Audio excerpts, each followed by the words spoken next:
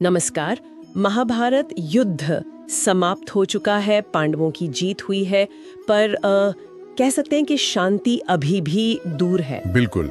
युद्ध खत्म होने के बाद भी कुछ ऐसा हुआ जिसने सबको हिलाकर रख दिया। हाँ, रात के अंधेरे में एक ऐसी घटना हुई जिसने मतलब धर्म और अधर्म की सारी लकीरें धुंधली कर दी। सही कहा। आज हम उसी पर बात करेंगे, अश्वत्थामा का वो भयानक कृत्य और फिर श्री कृष्ण का न्याय। हमारी जानकारी का आधार है अश्वत्थामा का वध, न्याय और करुणा नाम का स्रोत, जो इस पूरे मामले को एक अलग नजरिए से देखता है। जी। तो चलिए शुरू करते हैं।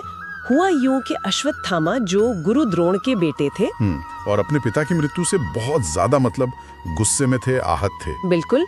उन्होंने युद्ध खत्म होने के बाद रात में पांडव शिविर में घुसकर सोते हुए द्रौपदी के 5 बेटों की, उप पांडवों की निर्मम हत्या कर दी। ये बहुत ही भयानक था। और बात सिर्फ हत्या की नहीं है। नहीं, बिल्कुल नहीं। ये तो युद्ध के सारे नियम कायदों का सरासर उल्लंघन था। हाँ, स्रोत भी इसी बात पर जोर देता है।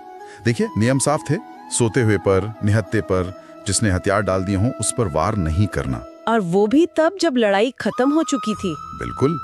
अश्वत्थामा ने ये सारे नियम तोड़े। इसे सिर्फ बदला नहीं बल्कि अधर्म माना गया। धर्म की मर्यादा पर चोट। जाहिर है जब पांडवों को पता चला होगा, उनका गुस्सा और खासकर द्रौपदी का दुख, वो तो कल्पना से परे है।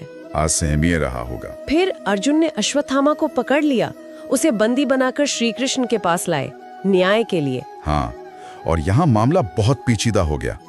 सब सोच रहे थे कि अब तो इसे मौत की सजा मिलेगी, लेकिन द्रौपदी ने जो कहा उसने सबको हैरान कर दिया। क्या कहा उन्होंने? उन्होंने कहा, हे केशव, ये गुरु पुत्र हैं, मेरे बेटे तो अब वापस नहीं आएंगे, इनको मारकर क्या मिलेगा?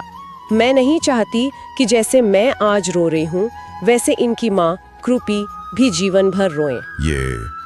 ये तो असाधारण बात है ना? एक माँ जिसने अभी अपने 5 बेटे खोए हों, वो अपने बेटों के हत्यारे के लिए ऐसी बात कह रही है। इसी बात को पकड़ता है। ये द्रौपदी के चरित्र की गहराई दिखाता है, क्षमा की शक्ति जो बदले की आग से भी बड़ी है। पर फिर सवाल उठता है, न्याय कहाँ गया? क्या माफ कर देने का मतलब सजा नहीं देना है?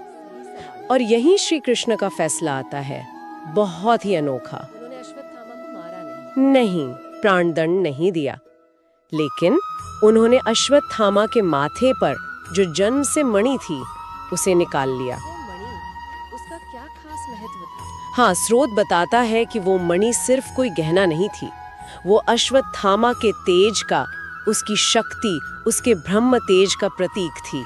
एक तरह से उसका गौरव थी।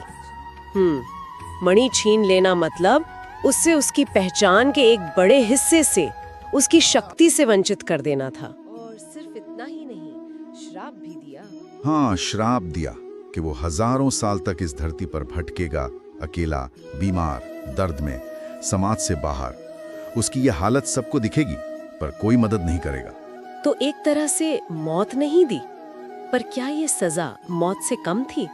अनंत काल तक भटकना, अपमान और पीड़ा में। स्रोत भी यही सवाल उठाता है, शायद ये मौत से भी बदतर सजा थी। तो श्री कृष्ण ने क्या किया? उन्होंने द्रौपदी की करुणा का मान रखा। हाँ, पांडवों को गुरुपुत्र की हत्या के पाप से भी बचाया। लेकिन अश्वत्थामा को उसके कर्मों का ऐसा फल दिया जो उसे हर पल याद दिलाता रहे। बिल्कुल। ये फैसला गुस्से या बदले पर आधारित नहीं था, ये धर्म के बहुत गहरे सिद्धांतों पर था। मणि छीनकर, श्राप देकर सजा दी, अपमानित किया, पर जान बख्शकर करुणा और गुरु के पद का भी सम्मान रखा। ये दिखाता है कि न्याय हमेशा एक जैसा नहीं होता। सजा का मतलब सिर्फ मार देना नहीं होता। सही बात। तो इस पूरी कहानी से, इस विश्लेषण से हम क्या सीख सकते हैं? ये स्रोत हमें क्या बताता है? मेरे ख्याल से सबसे बड़ी बात ये है कि न्याय का मतलब सिर्फ बदला लेना या सजा देना नहीं है, इसमें करुणा की भी जगह है, होनी चाहिए। हाँ, परिस्थितियों को देखना, भावनाओं को समझना। श्री कृष्ण और द्रौपदी ने मिलकर जैसे न्याय और क्षमा का एक संतुलन बनाया। बिल्कुल, और ये आज भी उतना ही जरूरी है। और अश्वत्थामा की कहानी, वो चिरंजीवी है, अमर है, पर अपने कर्मों के फल से तो नहीं बच पाया। हाँ, माना जाता है कि वो आज भी भटक रहा है उसी श्राप के साथ। ये याद दिलाता है कि कर्म का फल मिलता जरूर है, और जब भावनाएं बहुत तीव्र हों तब धर्म के रास्ते पर चलना कितना मुश्किल हो सकता है। हाँ, और जाते जाते एक सवाल मन में आता है जिसे स्रोत भी छूता है। क्या ऐसी अनंत जिंदगी जो अपमान, दर्द और अकेलेपन से भरी हो, वो मौत से भी ज्यादा कठोर सजा है? ये एक गहरा सवाल है। न्याय, सजा, अमरता, इन सब के बारे में हमारी सोच को चुनौती देता है। बिल्कुल, इस पर सोचने के लिए बहुत कुछ है।